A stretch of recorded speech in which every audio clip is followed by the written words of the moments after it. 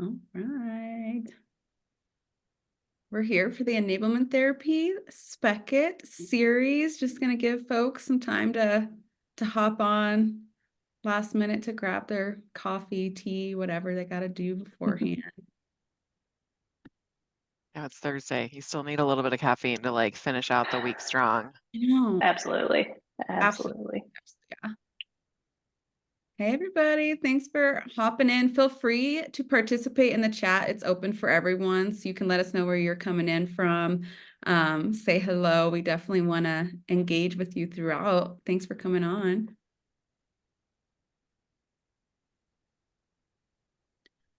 We're just going to give folks, like I said, a couple more minutes to trickle in, and then we will get started. There's going to be so much good, meaty content throughout that everyone is going to catch something good whenever they hop on. I would love to know, like, so everybody that's kind of like joined already, like the attendees, make sure that your like thing is set to everyone. I would love to know where you're dialing in from, like where kind of across the world or the US are you coming in from? I'm based in Utah. We can start. I'm based in Utah. Yeah. Alex. Yeah, and I am greater Indianapolis area. Amazing. Yeah, And I'm in the then Denver metro area in Colorado. Des is in Utah too. Des, what part of Utah are you in? I'm in like Utah County. Harriman. Yes, love it. Amazing. We've got Tampa, Indianapolis, Texas. Yay. Texas. Yeah. Tampa, amazing. Yeah, keep continuing to engage in the chat. We definitely want to make this interactive, make it a conversation. Feel free to ask questions throughout, ping us. But I think with that, people can, again, continue to trickle in. I think we'll go ahead and kick things off. This is our first episode of Enablement Therapy at Spec It. We're super excited for this series. As you can see on this slide, we've kind of decided to make it kind of like your safe space to explore, to thrive, talk all things enablement. We want to make it really fun. We want to connect with other enablement professionals. We want to keep this going on a monthly basis so we can get together regularly, chat, see what's going on in enablement, share tips and tricks, share our struggles openly, and then ways to sort of overcome those. So I'm really excited for this first episode. Title of this one is going to be Navigating Challenges, Celebrating Success, and Building Resilience. So all really great things for those in enablement to focus on. I'm going to just go ahead and kick things off by introducing myself. My name is Angela Romero. I lead demand gen at Spec It.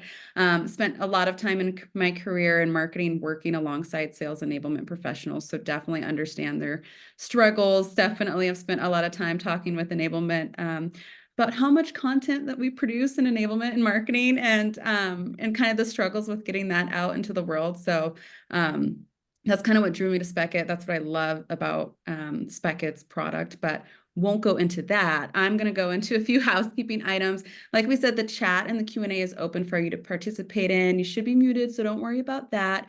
And then throughout, I'm going to cue a poll for you all to participate in. I'd love to hear your feedback on just a couple poll questions that I'll be asking. And then there's going to be fun giveaways at random for anyone who participates in that poll. But with that, I want to turn it over to our speakers. So I'm going to give them time to introduce themselves. And I'm also going to prompt little icebreaker question, which those on the webinar attending are more than welcome to also answer in the chat. But when you introduce yourself, go ahead and also tell us what you wanted to be when you grew up as a kid. What was your dream job? So with that, I'll kick it over to our speakers. Awesome. I can jump in. So I'll actually start with what I wanted to be as a kid because it leads into a little bit of background. So I wanted to be the first woman in the NBA. So obviously that didn't happen, but I had big dreams when I was young. But essentially, I played college basketball. I coached women's college basketball for 10 years out of college. So kind of lived two lives in terms of background and a professional experience, but ended up transitioning out of coaching after I had kiddos. it tends to be a little more of a lifestyle than a profession. So wanted to be able to find a little more balance. Found a home in software and was able to start building products, which was really fun. So I've been doing that for about 7 years. And the past 6 years, those products have been focused on the ICP of enablement practitioners. So have been talking to enablement practitioners, commiserating, empathizing with enablement practitioners for the past 6 years, trying to make their lives a little bit better. And currently at Sales Assembly as the VP of Product Strategy. And we're essentially working to make sure that everybody has access to meaningful skill development for their teams as a part of the service that we deliver. I love that. And now I have not met Alex in person in real life, but I just imagine like a very tall amazing basketball player. So I'm going to go ahead and make that assumption that you've Tall got person energy. Yeah, We'll hardcore. call it tallish. I'm like Oh, 5'10", 5'9", 5'10". So like That's inch totally 5'10" tall. shoes. Totally tall. That's Yeah. tall. So yeah. But I'm I sure would you're have said comparing 5'10" in yourself to other college. basketball players, right? So it's like you're tallish in basketball. Yeah. Yeah. Tallish. Yeah. Awesome. Well, thanks for joining us, Alex. I'm going to hand it over to you, Stephanie. Yep. Hey everybody, my name is Stephanie Middaugh. What I wanted to be when I grew up, for the most part, it stuck around. There were a couple of offshoots here and there. I want to be like a marine biologist and whatever when Lisa Frank came out with all the beautiful things. But in reality, like ultimately what I wanted to do for the longest time was be a teacher, which I think definitely just much like Alex kind of feeds into where I find myself today. I went to college, was about a year away from student teaching, and then all of a sudden had like a quarter life crisis. And I was like, oh God, I can't do this. And I found my way into tech. And luckily the enablement function started kind of becoming a thing a few years into me being kind of like in the, big kid world. And I've, for the most part, I've been here kind of ever since. So I've been doing enablement for the past 7 or 8 years now, based in Utah, as I mentioned earlier. I am currently leading and building the enablement efforts at Pinecone, which is a purpose-built vector database, which is essentially the database layer for most generative AI applications that are being built today, which is a super exciting kind of crazy space. And I know some of our questions I'll be pulling from some of that experience. I've been there for about 10 months now. I don't know, it's a little bit about me. We can dive in, Angela, I think, unless anybody has any questions. Let's do it. I mean, the Yeah. only thing I was thinking was my next assumption about you. Now that you're hearing your intro, seeing the drums, I was fully Oh, expecting yes. that you wanted to be like a rock star or drummer, but I mean, who move on. didn't? Who didn't dance around their room to like Shania Twain and Britney Spears? Yes. Back in the day. The drums are I am slowly learning the drums. I am not by any means good at them. I always think I'm good when I have my headphones on and I'm listening to Metallica and I'm playing along with it. And then I actually hear it and I'm like, oh, I got some work to do. But it's all fun. It's all good. It's fun. Love that. Love that you have some hobbies going on too. Um, very fun. But with that, we'll go ahead and dive right into it. So this first segment, we're going to call this the listening room. And so I basically want to hear from you both on what you think the greatest challenge for enablement professionals is today. And I think, Alex, we'll go ahead and start with you on this one.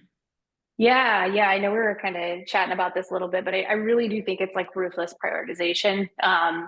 There's just not enough time and maybe even appetite for all the things that need to be done. So it's kind of balancing this it's this consistent game of fatigue with training and people, what you're putting in people's space alongside of the need for progress, right? There's consistently product launches. There's consistently a different process that needs to be followed. There's consistently and always opportunity for all of us to develop better skills. So with that never ending kind of list of things, you have to continually go back to the drawing board and say, what's the appetite? What is feasible? What's going to actually make a difference with where our business needs to go right now? And that's kind of been from my purview, though. So essentially, I kick it to Stephanie here because my seat is sitting outside of enablement practitioners and hearing kind of the collective, but would be interested to hear what Stephanie says from being in the seat. I couldn't agree more. I think the market that we find ourselves in, the pre-COVID was just this wonderful kind of, unicorns and rainbows and puppy dogs kind of space to a certain extent. And then now we find ourselves in just the markets are shifting drastically on a pretty regular basis. COVID hit and all of a sudden people lost their minds. And then we kind of came back for like a hot second and everything like just up and to the right, it went crazy. And then all of a sudden, like all of the tech companies like laid people off for some reason. And there was like a recession, but not a recession and things going on, like what's going on. So I couldn't agree more as far as prioritization and focuses. I feel like things change on a pretty regular basis. I experienced this in the last like full-time role that I was in. I ended up getting laid off along with so many other amazing enablement professionals kind of in that space. And I find myself in that exact same arena right now. The AI space that we're playing in, the market is just growing and maturing and evolving and shifting so quickly that it's damn near impossible to try and keep up with all of the things. So the most challenging thing for me is how can I focus on something long enough to get it out to the teams that's still relevant to them by the time I put it in front of them. And to Alex's point, the fatigue is like a real issue that I feel like we're struggling with on a regular basis. I feel like with the like TikTok era, I feel like such an old person saying it, but like with the TikTok stuff kind of like coming out, people's attention spans are even shorter. They've got so much other stuff just happening in their personal world, in their professional world that getting their attention long enough for some of the things that they know they need. Like I hear it from my reps all the time. I know I need to do the training. I'm so sorry I haven't gotten around to it. I'm just too busy, blah, blah, blah. Like they know they need it, they know they want it, but like finding that sliver of time or focus, attention span, it can be super challenging. So understanding kind of where are your teams, like this is one of the problems that I'm trying to solve for or work through is meeting my teams where they are. Is it a Slack message? Is it an email? Is it an LMS course? Is it something on our Notion like wiki page that you want to refer to later? Like how can I best put the information in front of you in the way that you tend to learn best? And how can I do that with 50 plus people who all learn a little differently? So yeah, that's kind of my direct experience, but I couldn't agree more.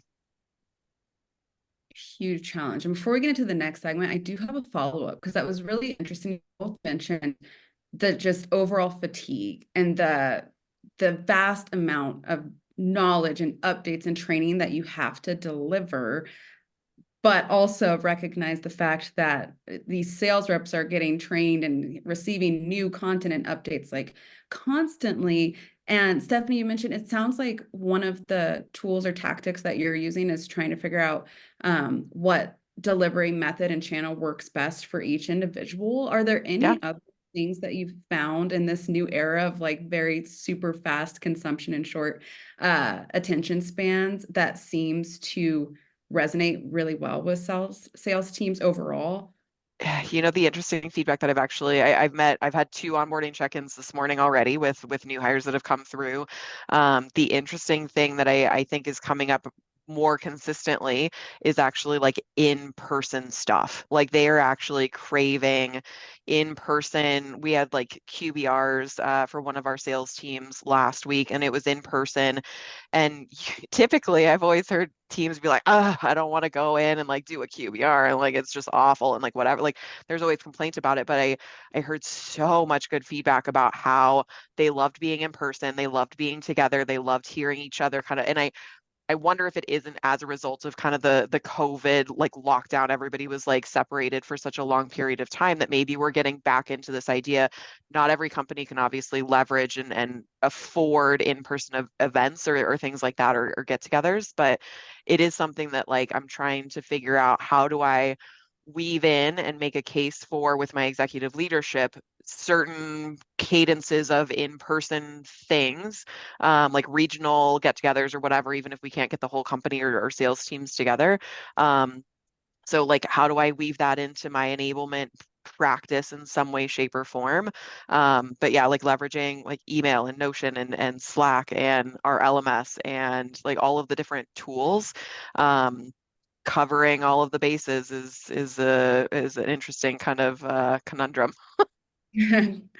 I love what you said about the more in real life uh, Yeah, need there and desire. yeah. Anything, Alex, to add before we head to segment 2? I don't want to cut anyone off. This is a good Yeah, no. topic. Yeah, I think so. I'll share a personal example, and then I can share from a sales assembly perspective too. But my husband's an AE, and he just changed roles. So to like double down on what Stephanie's saying, he was fully remote and needed to change to a hybrid environment because it's what was going to work for him. And he's onboarding this week, and he texted me and he was like, "I'm in a room like watching Ross on a call," and I was like, "Oh my gosh! Like when was the last time you did that? Right? Like when was the last time you sat in a room and watched somebody like shadow in a room with someone?" It's just been a long time since we've had that type of immersive learning experience. So I think it is, to Stephanie's point, people are craving that type of like knowledge transfer again, rather than kind of the 2D boxes we live in right now. It just can be really difficult from a learning perspective. And then I'd say from a sales assembly side of things, I think there's been just this like insane change to very short-term thinking, and it's really, it makes a ton of sense in the market, right? Like you don't have a calendar year to succeed. You may not even have a half of a year. You may have a quarter to succeed. So people are consistently looking for how.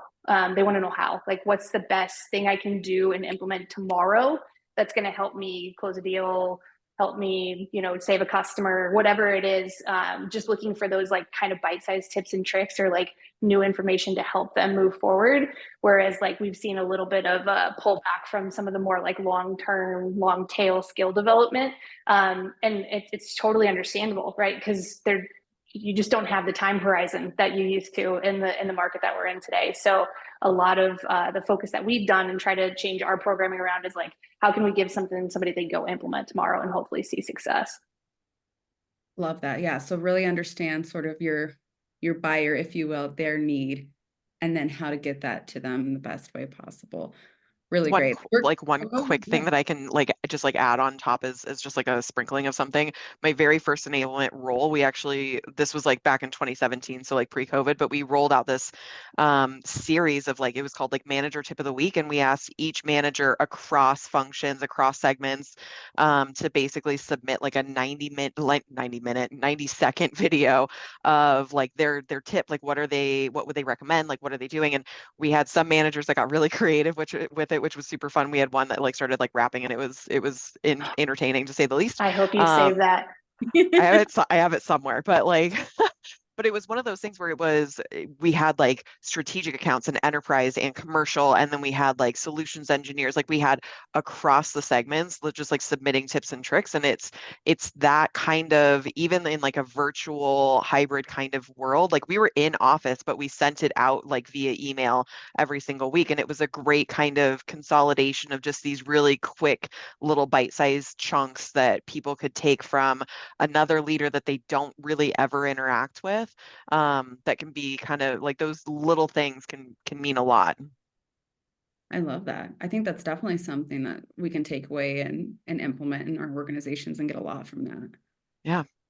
Very fun. Very cool discussion on that. We'll move on for the sake of time and get into segment 2. So breaking the ice. I think we kind of talked a bit about this, but I'm sure you all have some other things very specific to onboarding to share. So we're talking about top tips for successfully onboarding and ramping new reps, whether it's in person, virtually. Love all the help that we can get on this one for sure. And I think, Stephanie, we'll go ahead and start with you on this topic. Yeah. So for this one, I think like I'm gonna pull out like 2 words specifically from this prompt.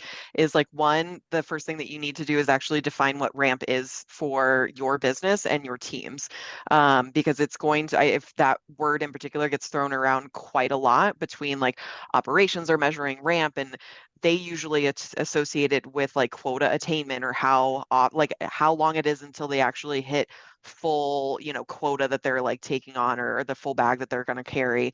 And then like success in particular, like those can be 2 separate kinds of things. It can be, what does it mean when a rep is ramped? Does it mean that they can tell the elevator pitch and get a decent like score on it by their manager?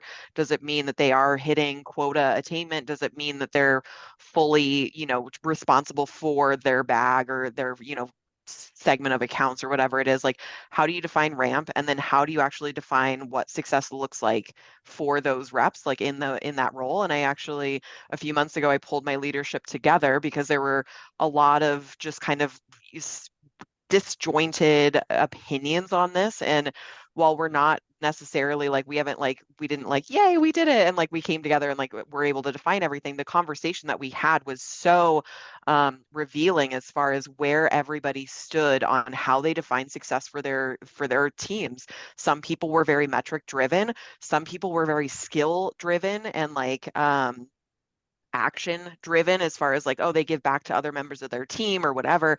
So like those conversations are crucial. And then I take all of that information and then essentially like try to back into now what kind of skill development, training, whatever, what does that look like in order for me to hit these, you know, ramp metrics or definitions or whatever we've kind of defined it as. So I always start with the end in mind of how are we going to define it, and then back into now how do we get there, and how do we figure out how to make sure that it actually like sticks. Yeah, that's typically my approach to it. I really love that. Alex, anything to add here too? Yeah, I think to come off of Stephanie's comment too, of just defining what success looks like, and then kind of like backward mapping into milestones you need people to hit within their role.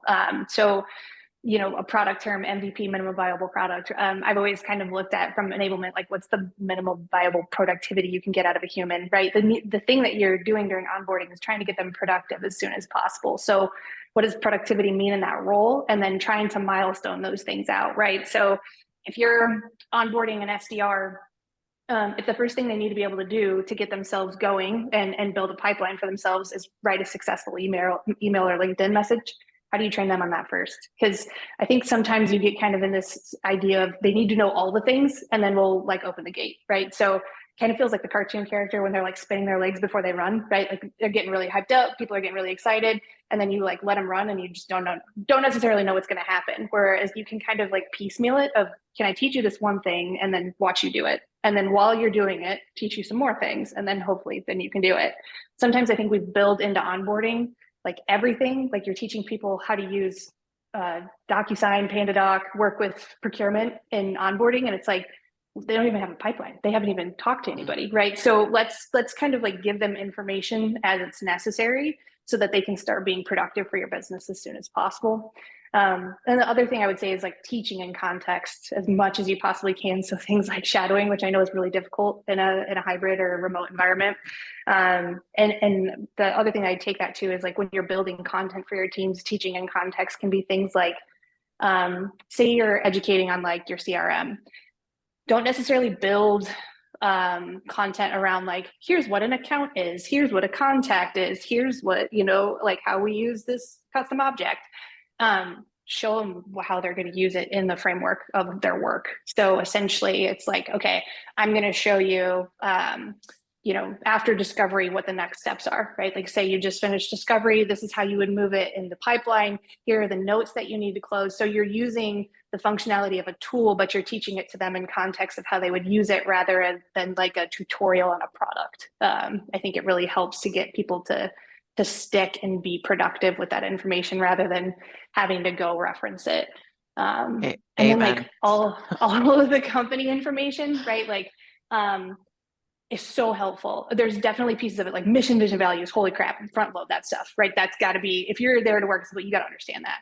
But if it's like how to use the printer, you know, or like something of like how we function in some sort of space you might not access until you're later, just make those like optional resources. Don't make them go through that content in order to be like onboarded. I think that's great stuff to give them on a as you need it basis. And sometimes that can really like hold people up or feel aggressive in onboarding. So as much as you can like cut the fat and pull that stuff out as optional resources, I think that really helps trim it down too. I love so much about what you said, and even thinking about not pushing all of that content and resources during the initial onboarding. I think opens up so much space for some of those really important moments that make someone feel super connected to a team or an organization, whether it's happening in person or virtually, because, when they're just inundated with so much learning all day long, they miss those moments. And I think those are the ones that can really have a significant impact on the outcome of that person's time at the organization. And you don't want to miss that early on. You want to like nail that from the beginning. And so I love what you mentioned about breaking that up and making sure it's super contextual. Like at Speckit, we use the term just-in-time enablement, and it's about having what you need when you actually need it. And then, Alex, you mentioned having the context there, because I can remember so many different trainings that I've gone through that show you how to use that specific tool, but not in the context of when and how you would use it in your role. So I can, people start glazing over like, oh, why would I remember this? It's completely random to me at this point. And then it comes time for you to actually do that thing. And then you actually don't have the contextual training and the resources you need in that moment. So you're going back to square one. However, if you set it up in a way that's, hey, here's this training and this knowledge that you're going to need when you're likely at the stage where you're finally moving things to, say, like a contract or review or into an opportunity. But I love that. I think there's so many things about that I can take away, even in a marketing standpoint, and thinking about like ramping and onboarding. Stephanie, what you said about making sure you understand what ramping actually is, the definition for Yeah. you, in Mhm. those timelines, and then making sure that the training that we deliver is actually in the moment that it would be relevant for the person. So much goodness there. Yeah. Yeah, I think it's interesting, like Stephanie, Angela, I'd love to hear your thoughts on this, but like, I don't think I've ever met anybody who likes onboarding, like who is like, oh, I can't wait to be onboarded, right? Like everybody starts a role because they want to do the job, right? And onboarding Yeah. can sometimes look like the gap between their ability to do the job and where they are.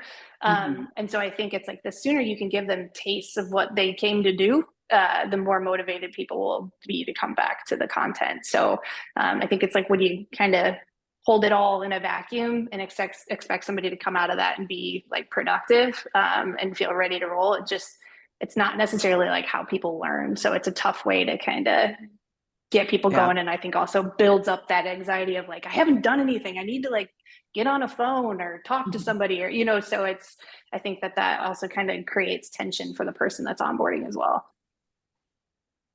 Love that. Yeah. Give them some moments to do what they came to do in between, right? Instead of making onboarding just that thing you have to get through before you actually start the job. Yep. Yeah. Love that. All right. We're going to go ahead and keep it moving. Let's get into segment 3, celebrating success. So this is all about creative ways to incentivize and motivate your sales team, which I know is like just a huge part of enablement in itself. And Stephanie, not to pick on you again, but I know that you had sort of like a fun twist or creative spin on the whole celebrating success theme. So I'll go ahead and start with you again on this one. I think this is what we talked about, but I can't remember. So like this is what came to mind. Yeah. But so I'm actually going rogue like a little bit on this one.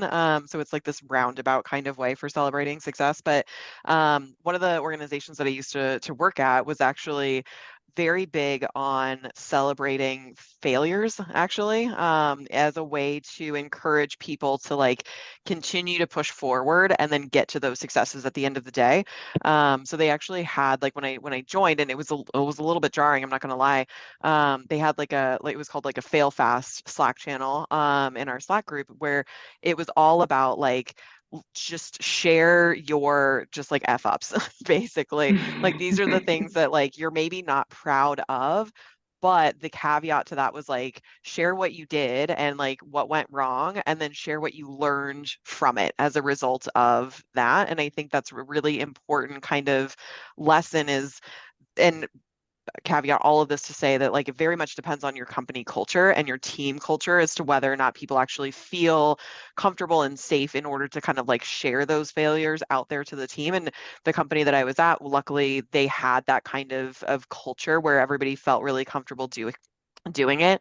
But it's one of those things where I think celebrating success is phenomenal, and it's a really important part of culture building and team bonding. But at the same time, if you aren't comfortable sharing your missteps, if you aren't comfortable learning from those mistakes, you're missing a really large piece of the success pie, because most of the pie is not success. It's a lot of failure that leads you to that ultimate kind of goal. And like the success is a small sliver of it. So I think it's really important for teams to think about like, how can they maybe encourage this sharing of failures, missteps, like whatever you want to classify it as at the end of the day. But I think this is an important piece, and especially right now with the markets moving as quickly as they are, with everything kind of evolving and stuff happening, I think it's really important to make space for those call outs specifically, because it does help people understand, how do I get to the next step? I can avoid that other person's mistake by not doing that. Oh, fell in my own pile of poop. Here's another misstep that everybody can avoid, and you take that as kind of those stepping stones to whatever that larger kind of goal is at the end of the day. Love that. Yeah. And like you said, it really helps to work in an organization where that's a part of the culture. Yes. People are comfortable Key part. breathing the culture. Yeah, which is so important. And it helps everyone like reach that point of success by learning from each other and making everyone feel safe enough to admit, something that felt like to them like a failure. Alex, I know the next segment you're really, passionate about, but before I jump into it, I would love if you have anything to add here as well. Yeah, I guess the only thing I'd say is maybe even like the opposite side of the pendulum from Stephanie. I worked at a company where one of the core values was highlight what's working, and I think that that's such an important part too of like taking the time to step back. And it may not always be a closed deal, right? Like it may be something of like, hey, this person found a new way to like an innovative way to prospect. They found an innovative way to do like discovery. Let's like talk about that and highlight it in things like team meetings or whatever it might be.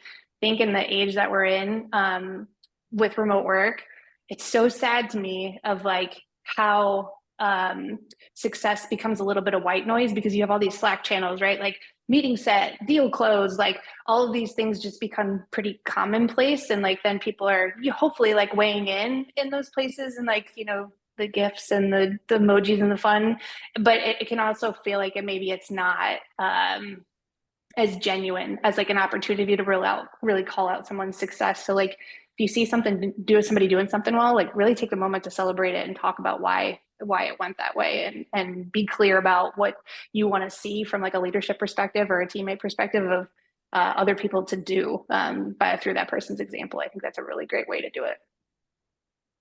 Love that. I really love that. And even in conversations I have with some of the members of the sales team, a lot of times they do mention something like really creative, or an approach they took that was different and it landed them that meeting or that next step in the deal.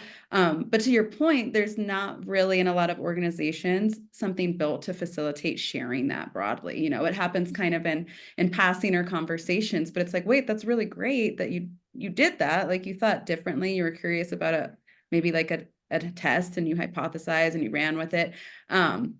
But yeah, I can definitely relate to what you said, Alex, about the fact that, we have sort of those commonplace metrics that we hurrah and like and clap for. And it can start to feel very much, not that it's ingenuine, but like, the excitement is a little bit, I guess, diminished by how much that's happening.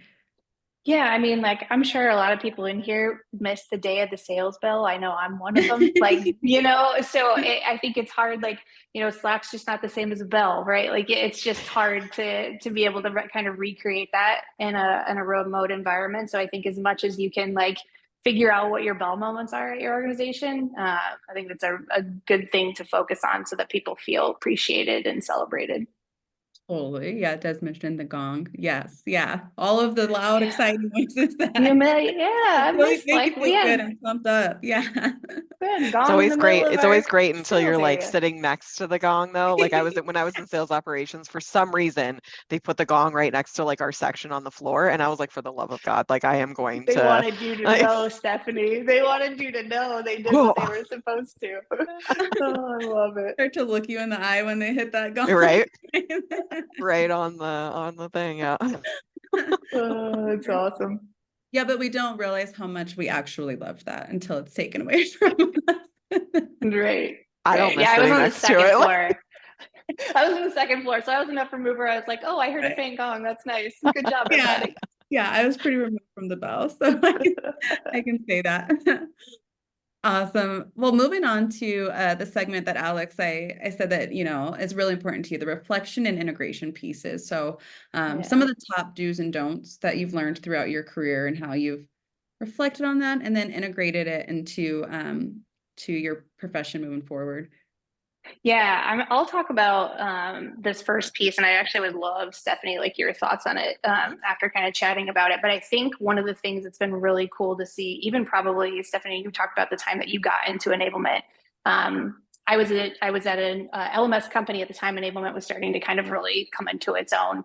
I remember when I first started working in enablement, I would like interface with people who were like, "Yeah, a year ago I was a fifth grade teacher, and now I'm teaching a Salesforce." So it's just there's been a lot of like movement in this area and this function. And so I think, you know, one of the things that was probably true back then, which I think maybe there's some opportunity for shifting the mindsets of the people that surround enablement now, is it was kind of like a task oriented function, right? Like it was, we'll tell you what to do. We need you to execute, right? We're going to kind of come from an idea perspective and share like, here's what we need you to build training on. And you're the training person, right? Like you build the training.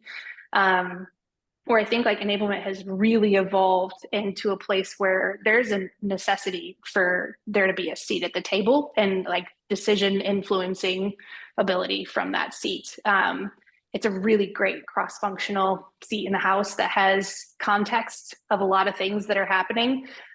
So I think that there's the most that that person can do is really push up on leadership if there isn't a culture of learning established in the organization, and try to help them understand what that means.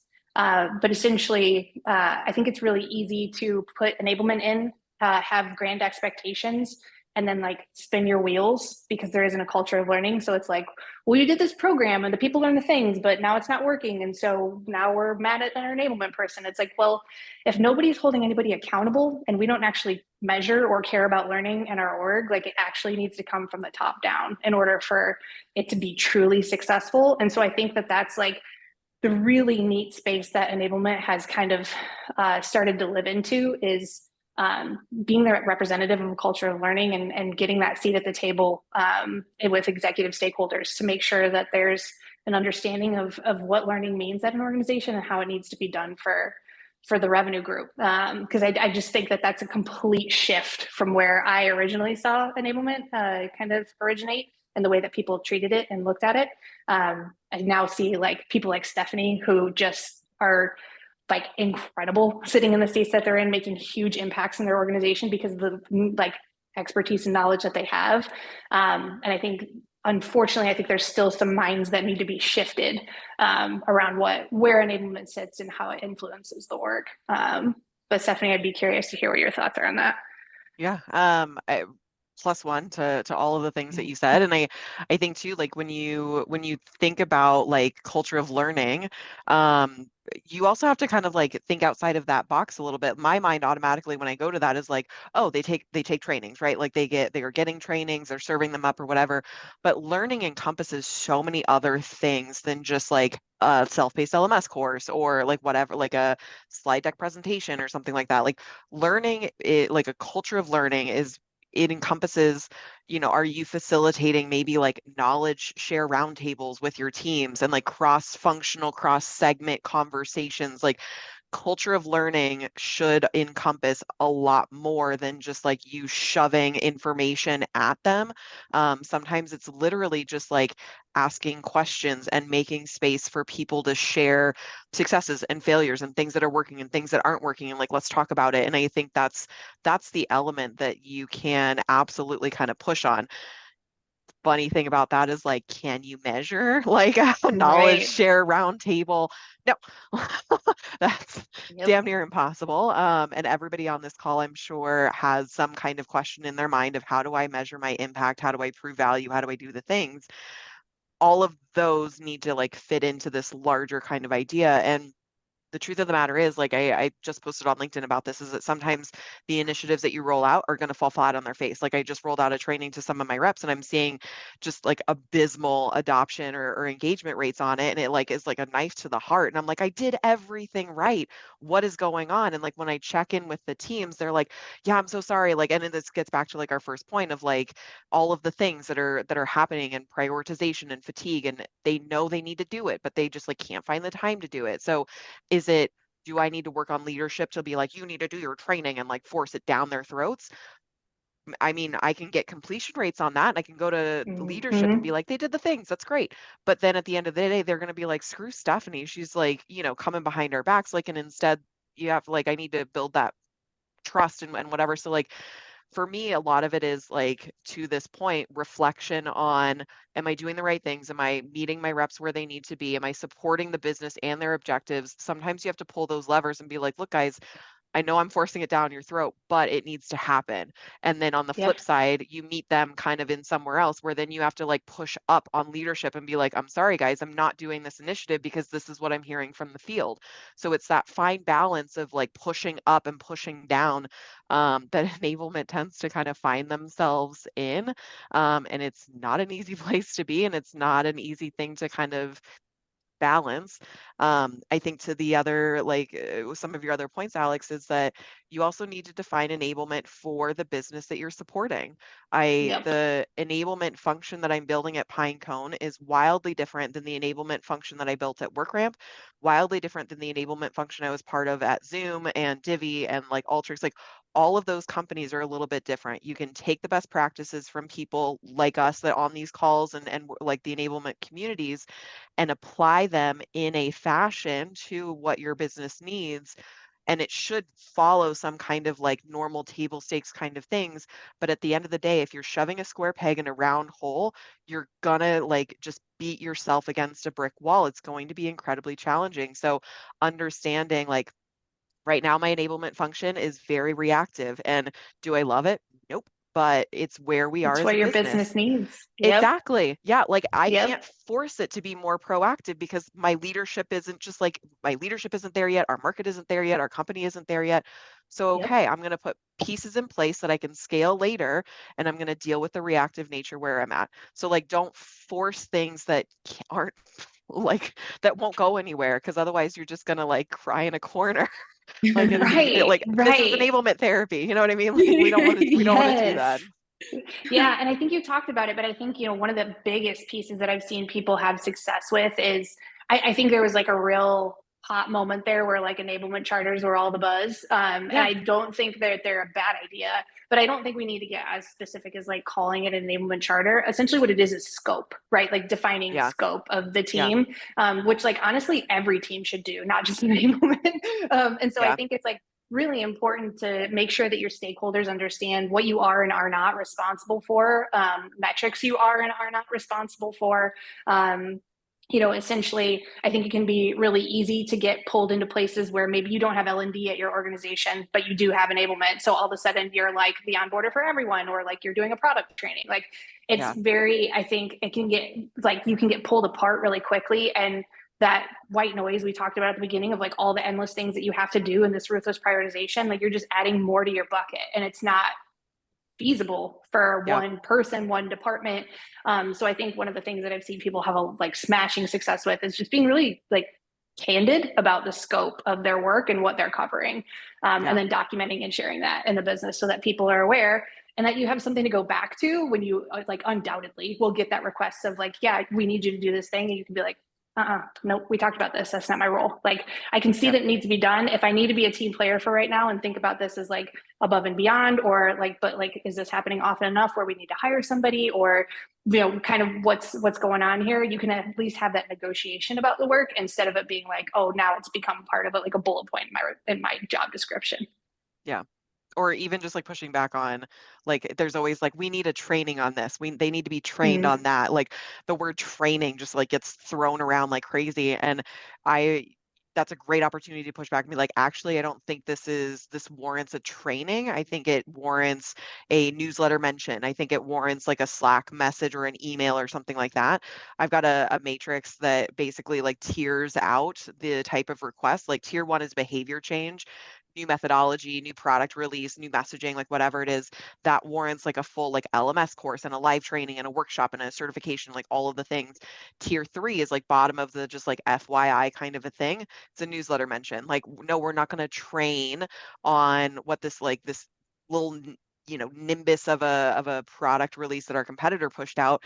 No, like that doesn't, because one, breaks the trust of my reps that anything that I push out is just kind of like shit that they don't, sorry, stuff that they don't need to like pay attention to. And like two, now I'm adding to all of the noise that's already buzzing around their heads. So like understanding what warrants a legitimate training behavior change kind of initiative and what's just like an FYI kind of like run right past you. That'll help you also prioritize, like ruthlessly prioritize as well. Yeah.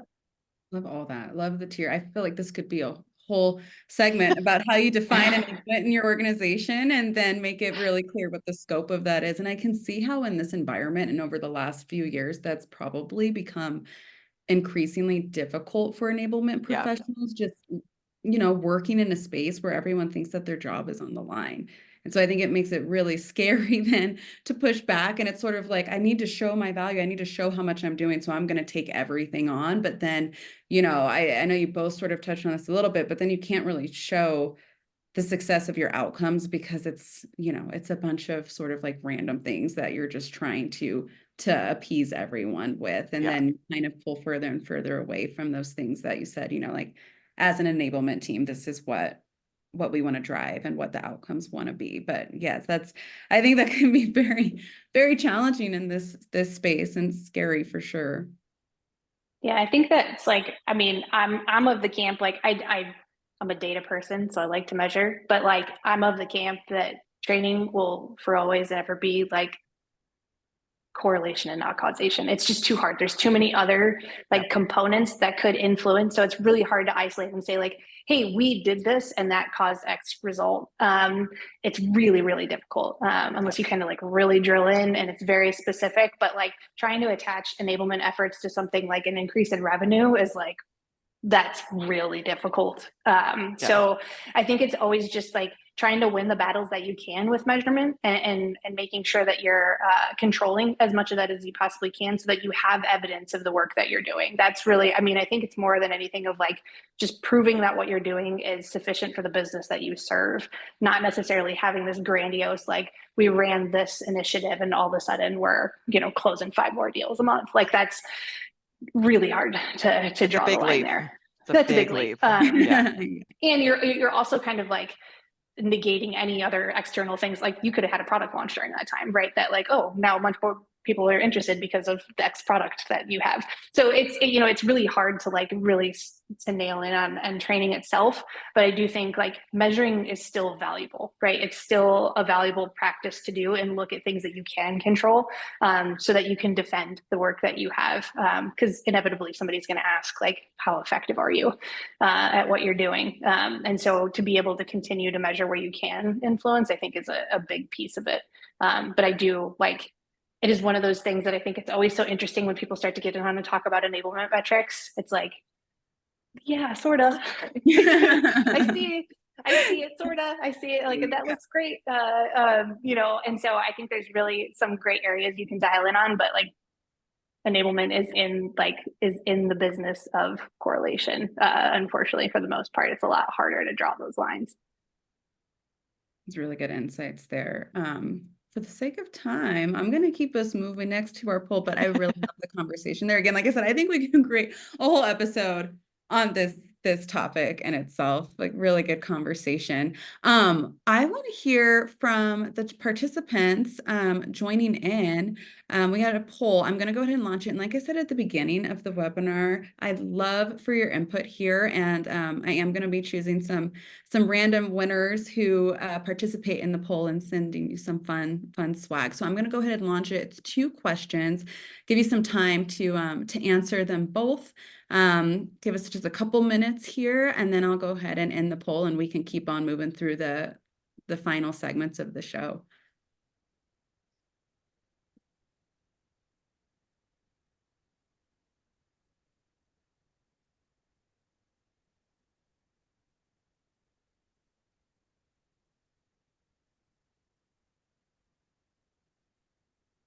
Thank you, everyone, for answering. I'll give us just a little more time here. Love seeing the answers come through.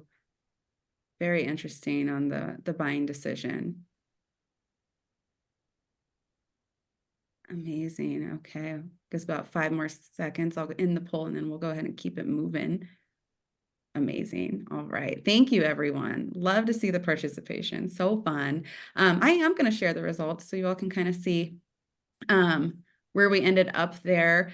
Looks like some of you feel like you have some autonomy in building your organization's enablement strategy. I know it definitely depends on who's on the call.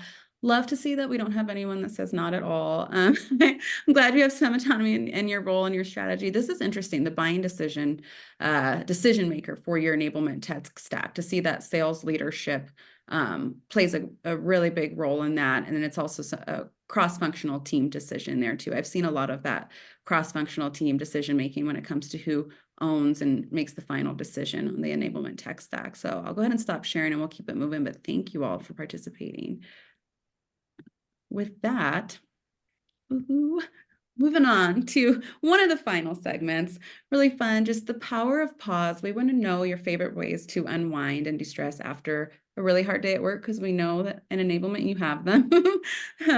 So I'll go ahead and kick this off. Actually, Stephanie, do you want to take this one? Get us going? Yeah, I can start. So I actually I'm on 2 sides of the spectrum when it comes to like stress relief. I picked up paint by number painting during COVID as like a really nice, just kind of calming activity. So like actually like these pictures that are kind of like up on the walls are paint by numbers that I did a little bit ago. So those are fun, which is a nice like calming activity. And then on the other side of the spectrum is like I have in our basement we have like a kind of a home gym built out or whatever, and I have a punching bag, like just kind of hung up there. So when it's like a really kind of rough day, I can go in the basement and just go after the punching bag a little bit. So depending on my mood, depends on, do I go for the paint by number like an old lady, or do I go after the punching bag like a Mike Tyson? So like, just depends, but those are usually the things that I kind of tend to go towards. Love both of those. We were talking about wage rooms before the call, everyone. And if we've ever participated, we still need to try them out, but it's sound effective. Oh, I Alex, love how it. about you? But yeah, I actually would just, now when Stephanie said that, I remember I actually do like to color. So coloring with kiddos is one of Yeah. like, that definitely is a de-stressor. I would say anything kinesthetic. So I am a remote worker, so I'm mainly in front of screens, sitting down, sometimes taking walks during the day. So for me, it's like anything kinesthetic. If I can get out and exercise, take a walk, like actually play with kiddos like actively, that's going to help me try to like build the wall between whatever happened and move on to get some of that energy out. So yeah, generally just the kinesthetic person, want to like try to start moving. I can relate to that for sure. If you want to share in the chat, feel free. We'd love to hear all of the ideas on ways to unwind and work. I'll say for myself, just working primarily from my home, I love to change the environment up at the end of the day. So it's sort of like get out of my house, even if it is just like a walk outside, get away from my workspace so I can kind of separate the two. Love these night runs. Yes, the kiddos. Yeah, once they're in bed. Ooh, kayaking. Love that. Knitting. How fun. That Garbage was, TV shows speaks to me Garbage quite. TV yeah, shows we all love a and good soda. treat. Like, give me a good soda. That's I'm on that train. Yes, all of those are so good. Love them all. Those are like just real treat unwind. Love them. TikTok, no shame. Yeah, like whatever works for you, whatever you need to decompress, unwind. This is the safe space. There is no judgment here. Love to see it. Thanks for participating in that, y'all. And then just to wrap things up, I want to thank you all for joining. Again, this was our first episode of the series, and I think it's going to be a really fun way to continue the conversation going with enablement professionals. We want to hear from you. Again, we just want to make it really real and share some of the challenges you're facing, some of the successes you've seen, new things that you're trying that we can all take back to our roles and organizations and try to apply. I've learned a lot during this episode that I can apply in my own role, not even being a sales enablement professional. So really fun conversation. I do want to shout out too, before we end, Speckett, we just launched a really fun I Am Enablement contest yesterday. You may have seen on LinkedIn. Super fun. We want to continue hearing from enablement professionals. So if you go to speckett.com, sales enablement contest, and I will be sharing this link in a follow-up email with you all if you don't catch it. There's information about a really fun contest where we just want to hear from you. We want to hear recordings from you all. And then the prize giveaway for that is really awesome. We're going to be sending someone to an all-exclusive paid trip. And then there's some fun other smaller giveaways. But if you participate, you have the chance to win that trip, which is really exciting. So keep a lookout for that email. Keep a lookout for more to come on the enablement therapy series. And if you would like to speak or you have someone in mind that you think would be a great speaker, also send them my way as well. Reply to that email. We're definitely open to referrals. And with that, anything else to add, Alex, Stephanie, before we head out? Alex, I'll let you go No. first. Yeah, thanks for inviting us. This was so fun. I mean, Stephanie's a genius. I've been following her career on LinkedIn. She was at WorkRamp when I was at Lessonly. So and been in a similar space. So this is like super fun to get to chat with her and learn from her, and just appreciate you opening the doors, and love stuff like this. Anytime I can grow myself or help, if there's anything from my experience that helps somebody else, I'm happy to do it. Yeah, same from me. If y'all are all, I have so much information in my brain. So like if it's helpful to anybody else, you're welcome to it. More than happy to kind of share those things. You are welcome to connect with me on LinkedIn if you want, for sure. But otherwise, Angela, thank you so much for inviting us for this very first one. Yeah, it was great. It's a pleasure to meet everybody. Yeah, thank you both for making the time and joining. It was super fun, and you're always welcome back on the show. So we'd love to hear from you again. But thank you, and thank you for everyone for joining and for participating in everything we had going on. Really great participation. Love to see it, and hope to see you all next time. Thanks, everybody. Thanks, Bye. everybody. Enjoy your day.